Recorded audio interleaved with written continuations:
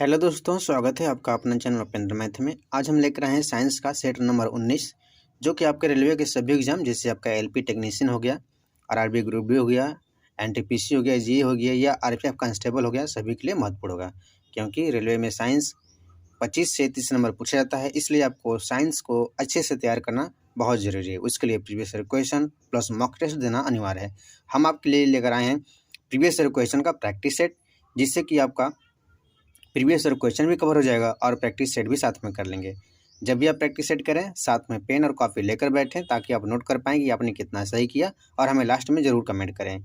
इसके अलावा यदि आप किसी भी एग्जाम की तैयारी करते हो, चाहे आप एसएससी हो, बैंक हो या रेलवे हो, तो इसके लिए आपको जीके की तैयारी करना चाहते हैं तो हमारे चैनल से जुड़ के वहाँ पे जाएँ। वहाँ से आप हिस्ट्री, पॉलिटी, ज्योग्राफी के प्रीवियस ईयर क्वेश्चन कंप्लीट कर सकते हैं। तो चलिए, यदि आपको पीडीएफ चाहिए इस वीडियो का, तो हमारे इस वीडियो के डिस्क्रिप्शन में जाए, वहाँ से टेलीग्राम का लिंक है, वहाँ से जुड़ के आप पीडीएफ डाउनलोड कर सकते हैं। और यदि आपको वीडियो पसंद आ रहा है तो वीडियो को लाइक और चैनल को सब्सक्राइब जरूर करें। चलिए स्टार्ट करते हैं आज का पहला क्वेश्चन।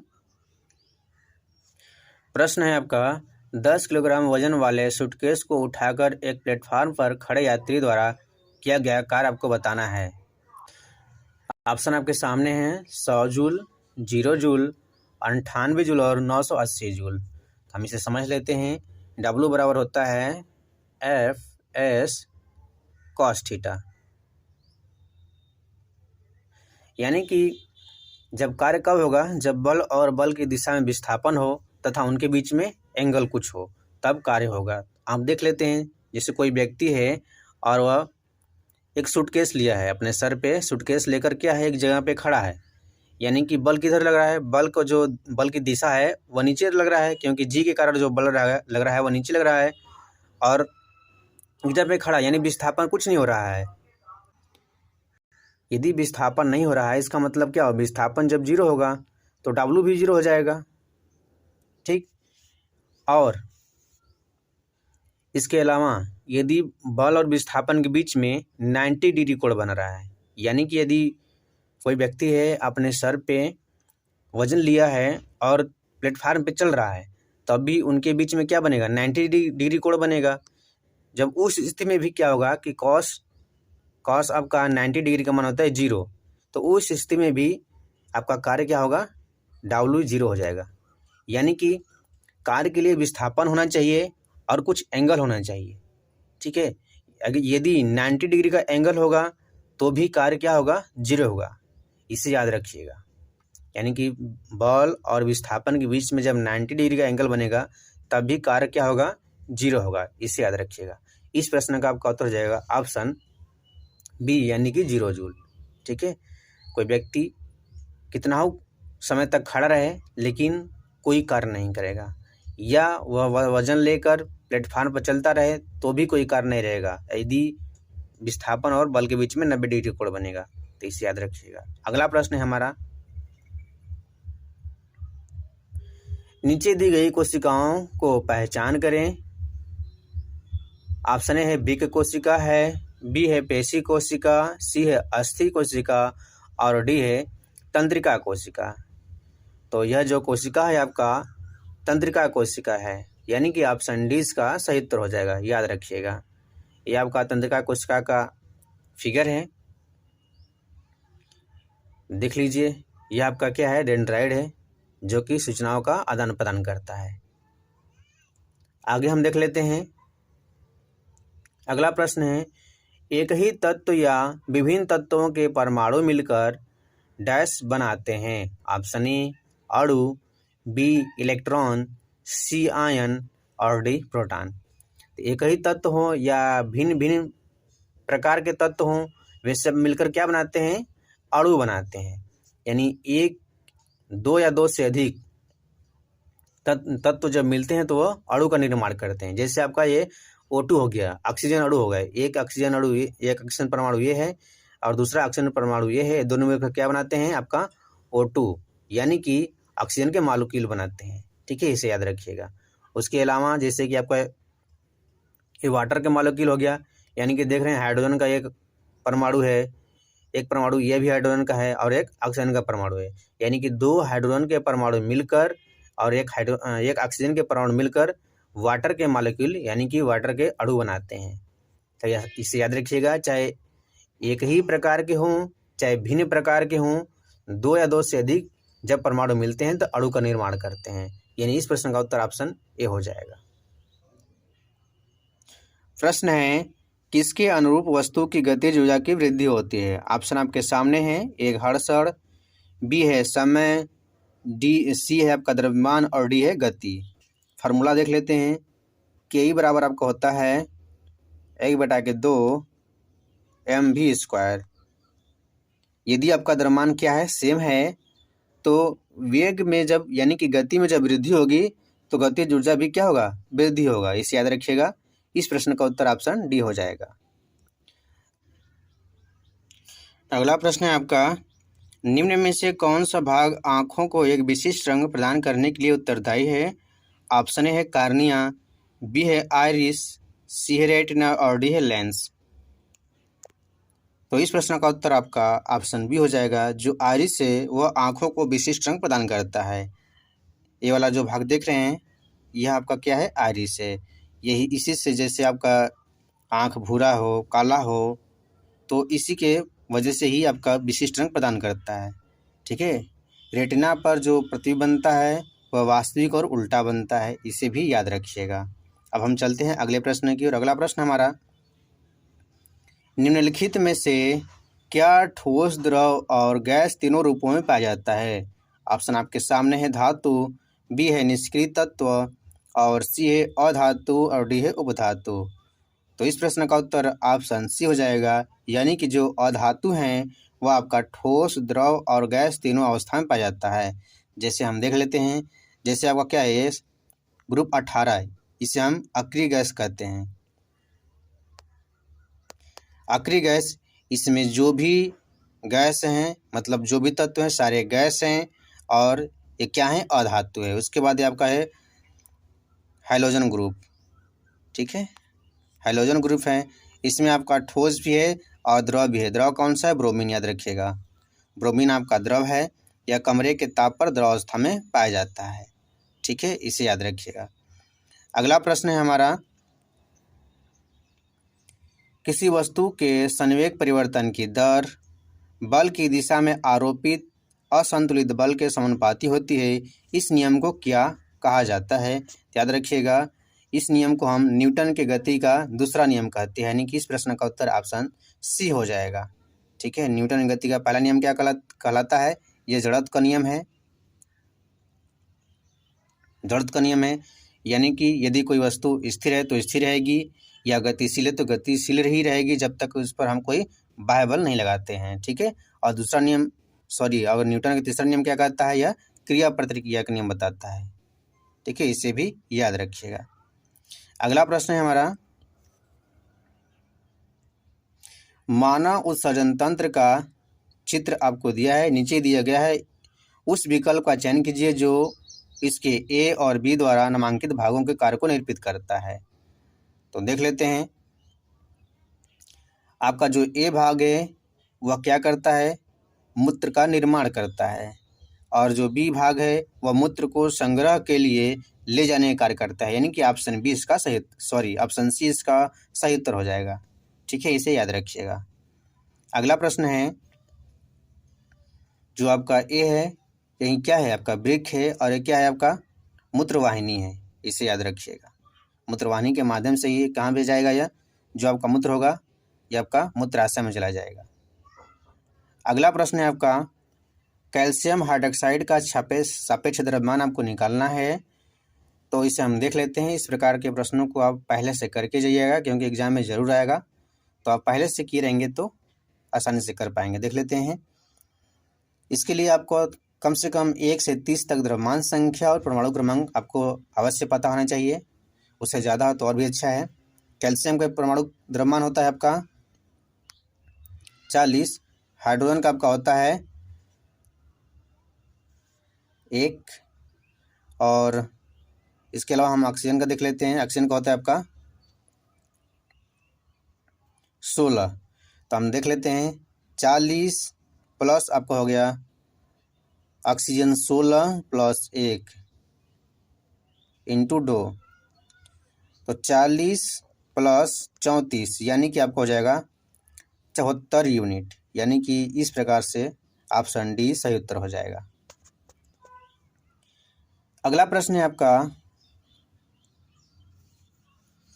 जब 100 न्यूटन का एक बल 50 केजी द्रव्यमान की एक वस्तु पर लगाया जाता है तो उत्पन्न होने वाले त्वरण को आपको निकालना है। यह बराबर होता है m इंटू ए।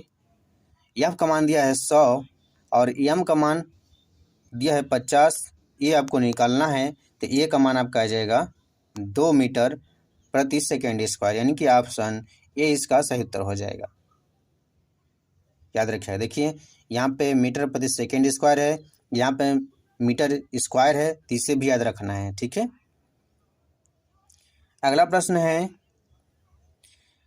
रक्त को धमनियों से शिराओं में जिन सूक्ष्म नलिकाओं के माध्यम से प्रवाहित किया जाता है उन्हें क्या कहा जाता है? ऑप्शन ए है कणिकाएं, बी है कोशिकाएं, सी है केशिकाएं और डी है कैलोरी। तो याद रखिएगा, उसे हम केशिकाएं कहते हैं, कि ऑप्शन सी इसका सही उत्तर हो जाएगा। ये जो फिगर देख रहे हैं, ठीक है, ये वाला जो भाग है ये क्या है? केशिकाएं हैं, याद रखिएगा। अगला प्रश्न है, यदि अपवर्तनांक का मान बढ़ता है तो डैश क्या होता है? विचलन घटता है, प्रकाश की दिशा में विचलन बढ़ता है, प्रकाश की दिशा में कोई विचलन नहीं होता है, प्रकाश वक्र पथ पर गमन करता है। तो हम एक बार फिर से देख लेते हैं, विचलन घटता है गलत हो जाएगा, प्रकाश की दिशा में विचलन बढ़ता है, यानी कि ऑप्शन 20 का सही उत्तर हो जाएगा। जब अपवर्तनांक का मान बढ़ेगा तो विचलन का मान भी बढ़ जाएगा। ठीक है, देखिए क्या होता है ना कि जब प्रकाश का जिस भी माध्यम का अपवर्तनांक ज़्यादा होता है वह माध्यम क्या होता है? अधिक सघन होता है। जब माध्यम अधिक सघन होगा यानी कि उसमें विचलन भी ज़्यादा होगा। ठीक है, जैसे कि देख लेते हैं, यह क्या है आपका, मान लेते हैं वायु माध्यम है और ये आपका द्रव है। ठीक है, तो द्रव क्या हो गया आपका? अधिक सघन हो गया, किसके अपेक्षा? वायु के अपेक्षा। तो जो आपका विचलन होगा वह द्रव में ज़्यादा होगा। ठीक है, अपवर्तनांक मतलब कि अपवर्तन का एक और उदाहरण होता है जिससे हम देखते हैं कि कोई वस्तु द्रव में जब डालते हैं तो टेढ़ा दिखता है। ठीक है, तो यह भी अपवर्तन का ही उदाहरण है, इसे याद रखिएगा। अगला प्रश्न है आपका, हृदय की धड़कन का पता लगाने में निम्न में से कौन सा यंत्र सहायक होता है? ऑप्शन ए है आपका स्टेथोस्कोप, बी है स्पायरोमीटर, सी है थर्मामीटर और डी है स्फिग्मोमाइनोमीटर। तो हृदय की धड़कन का पता लगाने के लिए हम स्टेथोस्कोप का उपयोग करते हैं, यानी कि ऑप्शन ए सही उत्तर हो जाएगा। और जो आपका स्फिग्मोमाइनोमीटर है इसका उपयोग हम रक्त दाब का पता लगाने के लिए करते हैं। थर्मामीटर का उपयोग हम तापमान को मापने के लिए करते हैं, इसे भी याद रख लीजिएगा। अगला प्रश्न है आपका, कार्बन परमाणुओं के संयोजकता कोष में उपस्थित इलेक्ट्रॉनों की कुल संख्या आपको बताना है। हम देख लेते हैं, कार्बन का परमाणु क्रमांक होता है 6। जब हम इलेक्ट्रॉनिक विन्यास निकालेंगे तो 2 हो जाएगा और 4 हो जाएगा। आपको पता है कि कोई भी परमाणु को अस्थायी होने के लिए बाह्य कोश में या तो 2 इलेक्ट्रॉन होना चाहिए या तो 8 इलेक्ट्रॉन होना चाहिए। ठीक है, इसको कितने इलेक्ट्रॉन की ज़रूरत है? बाह्य कोश में कितने इलेक्ट्रॉन है? 4 है और 4 इलेक्ट्रॉन की आवश्यकता है। तो जितने इलेक्ट्रॉन की आवश्यकता होती है वहीं क्या कहलाएगी? उसकी संयोजकता कोष, यानी कि संयोजी इलेक्ट्रॉन कहलाया जाएगा। ठीक है, यानी कि इस प्रश्न का उत्तर ऑप्शन डी हो जाएगा, यानी कि इलेक्ट्रॉनों की संख्या कितना हो जाएगा आपका? ऑप्शन डी हो जाएगा। बाह्य कोश की संख्या, बाह्य कोश में उपस्थित इलेक्ट्रॉनों की संख्या को हम संयोजी इलेक्ट्रॉन कहते हैं और बाह्य कोश को हम संयोजी कोश कहते हैं, इसे याद रख लीजिएगा। अगला प्रश्न है हमारा, प्रश्न है डैश श्रेणी परिपथ का एक उदाहरण है। ऑप्शन ए है घरेलू वायरिंग प्रणाली, बी है सजावटी लाइटें, सी है स्ट्रीट लाइटें और डी है कार के हेडलाइटें। तो इस प्रश्न का उत्तर ऑप्शन बी हो जाएगा, यानी कि जो सजावटी लाइटें हैं ये आपका श्रेणी क्रम में होती हैं, बाकी सब समांतर क्रम में होती है, इसे याद रखिएगा। सीरीज क्रम में देख लेते हैं क्या होता है। एक फेज होता है, एक न्यूट्रल होता है। फेज को हम किस प्रकार से कनेक्ट करते हैं? मान लीजिए आपका क्या है, बल्ब है, इसका एक सिरा इससे जोड़ दिए, उसके बाद न्यूट्रल को लेकर आएंगे, यहाँ पे जोड़ेंगे, फिर उसी प्रकार से यहाँ पे जोड़ देंगे, यहाँ पे जोड़ देंगे, यहाँ पे इस प्रकार से जोड़ देंगे। ठीक है, तो इस प्रकार से हम सीरीज कॉम्बिनेशन करते हैं। और जब पैरेलल में देखते हैं समांतर क्रम में, इसमें क्या होता है, एक न्यूट्रल होता है, एक फेज होता है।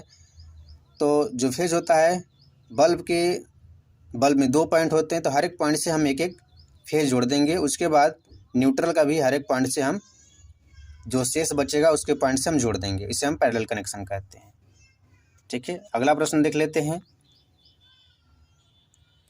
पित्त के कार्य को डैश कहा जा सकता है। ऑप्शन ए है पायसीकरण, बी है अनचयन, और सी है आपका ऑक्सीकरण, और डी है निस्तापन। देखिए, पित्त का कार्य क्या होता है, वह वसा का पायसीकरण करता है, यानी कि इस प्रश्न का उत्तर ऑप्शन ए हो जाएगा। ठीक है, यह क्या है, आपका पित्ताशय है, और लीवर से जो पित्त बनता है वह पित्ताशय में आकर एकत्रित होता है। इसे याद रखिएगा, प्रश्न पूछा जाता है। प्रश्न है SnCl2 plus 2AgCl2 plus Ag2Cl2 आपका SnCl4 डैश में उपरोक्त अभिक्रिया बताना है आपका। तो देख लेते हैं। देखिए, Sn पे इसमें कितना चार्ज है, यहाँ पे आपका +2 चार्ज है, और हम SnCl4 जो है यहाँ पे देख लेते हैं, यहाँ पे आपका +4 चार्ज हो गया। इसका मतलब क्या हुआ, यानी कि धन आवेश में वृद्धि हुआ। जब धन आवेश में वृद्धि होगा, इसका मतलब क्या हुआ कि इलेक्ट्रॉनों की कमी हुई। इलेक्ट्रॉनों की कमी हुई का मतलब क्या हुआ, इसका क्या होगा, इसका मतलब कि SnCl2 का ऑक्सीकरण हुआ, यानी कि इस प्रश्न का उत्तर ऑप्शन बी सही हो जाएगा, याद रखिएगा।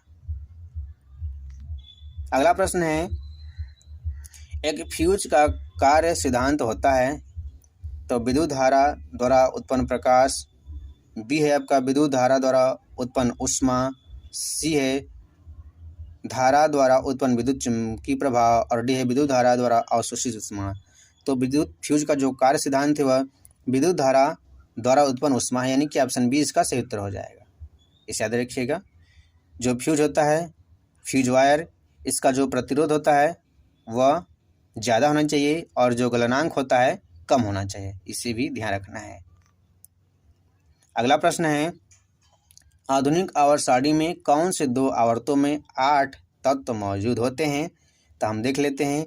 देखिए, पहले आवर्त में 1 2 तत्व हो गए। दूसरे में देख लेते हैं 1 2 3 4 5 6 7 8। तीसरे में 1 2 3 4 5 6 7 8, यानी कि दूसरे आवर्त और तीसरे आवर्त में 8 तत्व मौजूद होते हैं। इस प्रश्न का उत्तर ऑप्शन डी हो जाएगा। इस प्रकार से आप प्रश्नों को याद रखिएगा। ठीक है, क्योंकि इस पीरियोडिक टेबल से सबसे ज़्यादा प्रश्न पूछा जाता है केमिस्ट्री में। अगला प्रश्न है, आधुनिक आवर्त सारणी की तीसरी अवधि और 8वें समूह में रखी गई नोबेल गैस सबको बताना है। तो हम इसे भी देख लेते हैं। तीसरी अवधि कौन सी है। देखिए, ये पहला है, ये दूसरा है, तीसरा है। इसमें हम जाएंगे तो कौन सा आएगा। देखिए, हीलियम, नियान और आर्गन। तो तीसरी अवधि में कौन आया, आर्गन आया। इस प्रश्न का उत्तर ऑप्शन डी हो जाएगा, इसे भी याद रखिएगा। तो दोस्तों, आज का हमारा क्वेश्चन कंप्लीट हुआ। यदि आपको वीडियो पसंद आया तो वीडियो को लाइक, शेयर और चैनल को सब्सक्राइब जरूर करें। तब तक के लिए धन्यवाद।